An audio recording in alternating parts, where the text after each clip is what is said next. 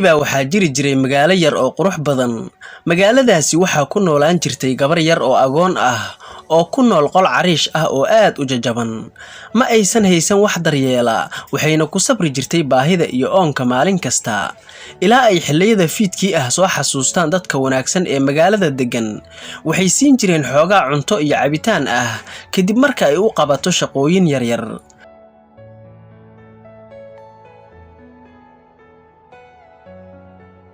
gabadhaani dadka waxba ma aysan weydiisan jirin xitaa haddii ay baahan tahay. Magaceedu waa Salmo, mana xasuusato, mana garanayso xitaa meesha ay ka timid. Sidaas ayayna dadka oo dhani ugu yeeri jireen magaca Salmo. Laakiin maalin maalmaha ka mid ah, xilli ay caawinaysay mid ka mid ah beeralayda degan magaalada, ayay aragtay qaar ka mid ah xayawaanada magaalada, waxayna jeclaysatay inay la ciyaarto. Gabdho, fiiriya gabadhaas, ma haysato qof ay la ciyaarto. Markaas ay la ciyaaraysaa bisadaha iyo eeyaha. foolxumada iyo wasaqda dharkeeda xitaa lama fiiri karo. Maxaad ugu jeesjeesaysaa gabadhan miskiinta ah? Maxay ka samaysay ii sheeg Sabriinay? Waa sax, anigu sideedaba kama helo gabadhan. Waxaan rabaa inaan ku soo ciyaaro beerta ee inakeen haddaad socoto. Mario ma aysan ahayn mid la mid ah gabdhaha magaalada, balse waxay ahayd mid qalbi wanaagsan oo dadka kalena wanaagga la jecel. Mana aysan doonayn inay beerta ku soo ciyaarto, Salmana kaligeed uga tagto halkan. Haye Salmo, nakeen beerta ayaan ku soo wada ciyaaraynaa. Adoo murugaysan halkan ma kaaga tagi karo. Nakeen aniga ayaa garabkaada taagan. Waayahay, waa arrin wanaagsan. Carruurtii oo dhan waxay aadeen beerta, balse inta aysan ciyaarta bilaabin ayaa Sabriin waxay bilowday inay gabadhii agoonta ahayd dhibto oo weydiiso su'aalo aad u qalafsan. Waan ogahay, adiga waalidkaadu way ku naceen, sidaas ayayna gurigooda kaaga soo buriyeen. Balse aniga waalidkaygu aad ayay ii jecel yihiin, waxaana ahay gabar wanaagsan.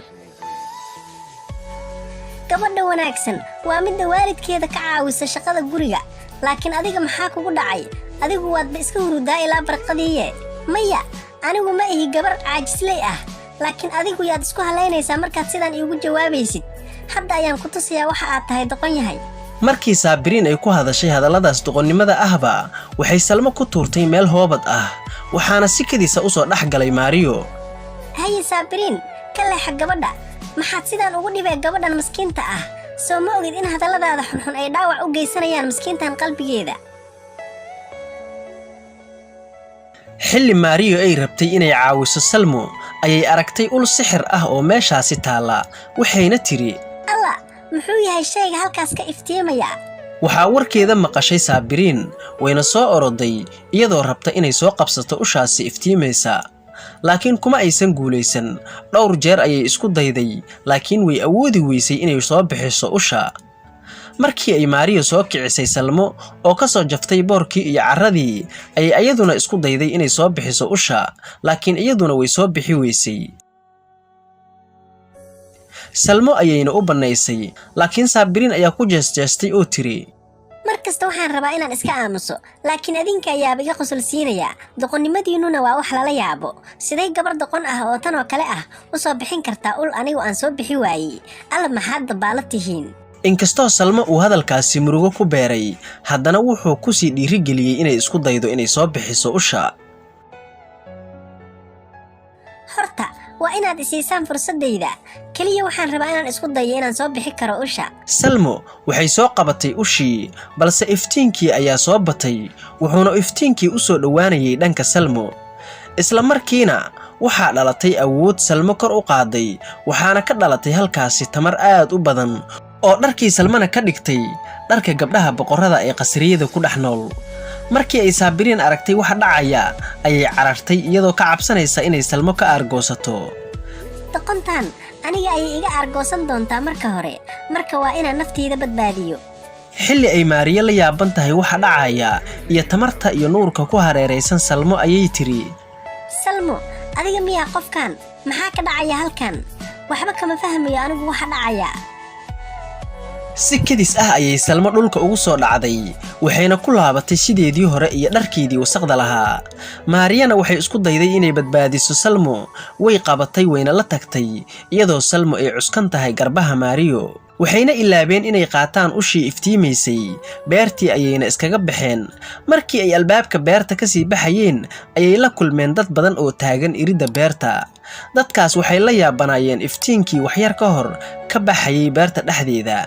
saabiriinna meesha ayay taagneed iyadoo aan awoodin inay wax sheegto, laakiin dadkii ayaa bilaabay su'aalo. maxaa halkan ka dhacay? sidee wax u jiraan? ma fiican tihiin hadda? muxuu ahaa iftiinkii aan aragnay?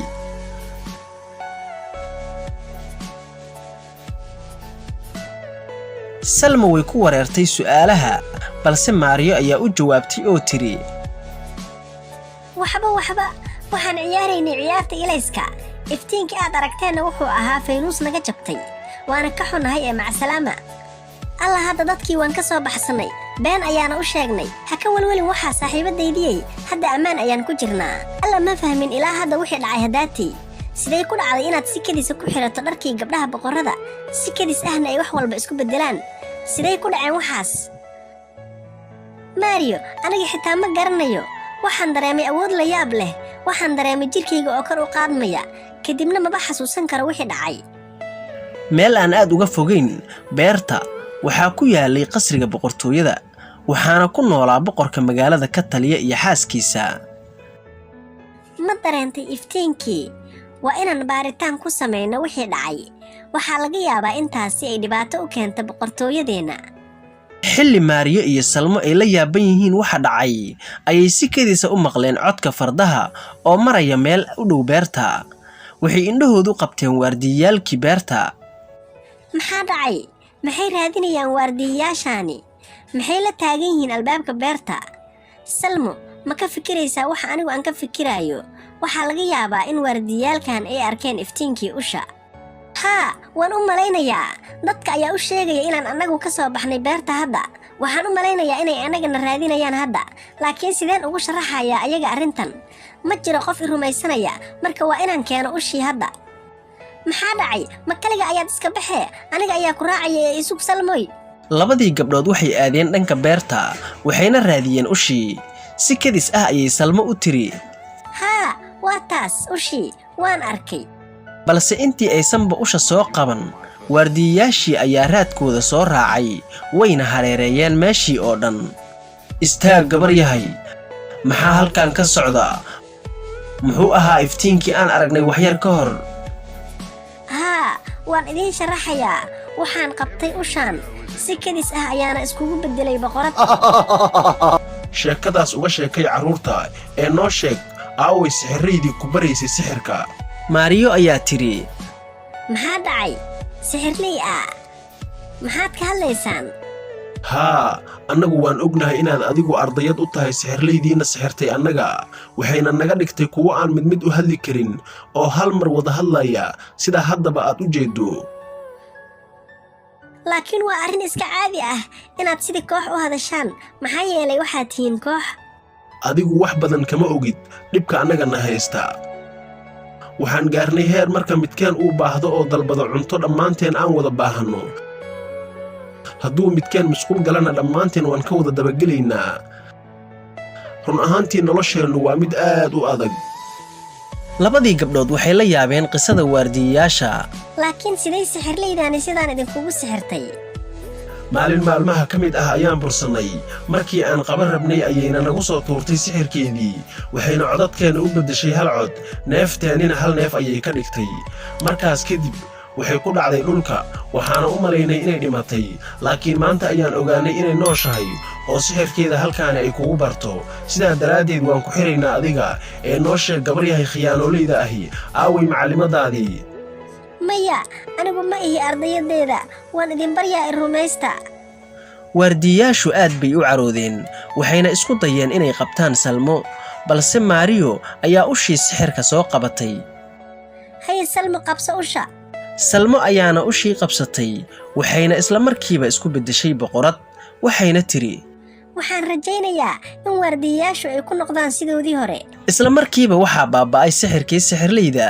waardiyayaashiina waxay awoodeen inay mid mid u hadlaan. aniga keligay ayaan hadlayaa. maya waan rumaysan la'ahay inaan sidaydii ku soo laabtay. alxamdulilaah, ugu dambayn codkayga keligay ayaa iska leh. waardiyayaashu aad bay u farxeen waxayna bilaabeen inay Salmo u mahad celiyaan. meel iyaga u dhowna waxaa joogay boqorkii magaalada iyo xaaskiisa oo la yaaban waxa indhahoodu ay arkayaan. haddaba Salmo waa gabadheennii aan weyn jirnay hadda ka hor. gabadheennii maya marwo, noloshayda waxaan ku soo qaatay qolkayga dhoobada ah ee yar. waxaa muuqanaya inuu khalad jiro.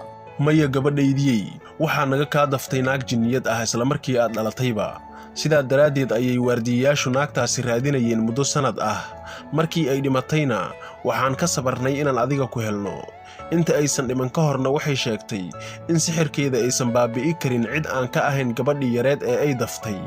marka haddiiba sixirkii uu ku baaba'ay gacantaada, taasi waxay ka dhigan tahay inaad tahay gabadheenna saxda ah. yaah, Salmo waxaa tahay gabar boqortooyo miya? waa arrin weyn oo lagu farxo.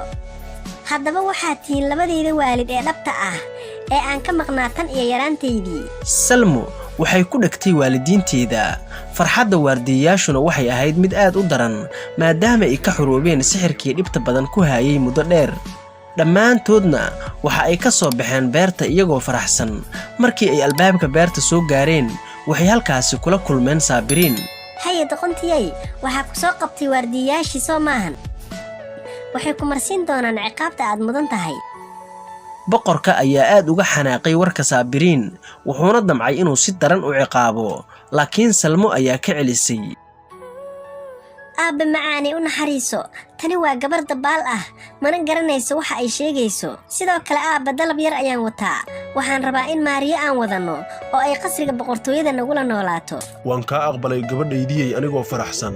sida noo muuqanaysana waa saaxiibtaada dhabta ah. hey Salmoy, waad mahadsan tahay. aniguna aad baan u faraxsanahay. xaqiiqdii Maariyo waxay farxad qasrigaani weyn dhexdiisa kula nooleed saaxiibteeda Salmo. doqontii Saabiriin ahaydna waxay noqotay mid ka qoomamaysa wixii ay samayn jirtay. Salmana waxay waalidiinteeda kula noolaatay farxad aan la soo koobi karin. waxaan rajaynayaa inaad ka hesheen qisadan. fadlan channelka subscribe saara si aad ula socotaan qisooyinka kale ee aan soo gelin doono kanaalkan. mahadsanidin.